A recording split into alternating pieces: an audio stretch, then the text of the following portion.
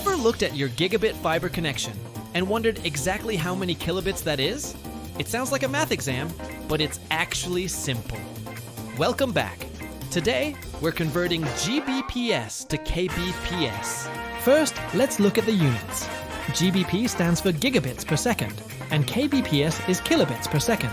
Remember, we're talking about bits with a lowercase b, not bytes with a capital B. The rule is simple. 1 gigabit is 1 billion bits, while 1 kilobit is 1,000 bits. To convert Gbps to kbps, you just multiply by 1 million. For example, 1 Gbps equals 1,000,000 kbps. If you have a 0.5 Gbps connection, that's 500,000 kbps. A high-end 2.5 Gbps router, that's 2.5 million kbps. This is vital for understanding network bandwidth and server throughput. But don't waste time with long zeros.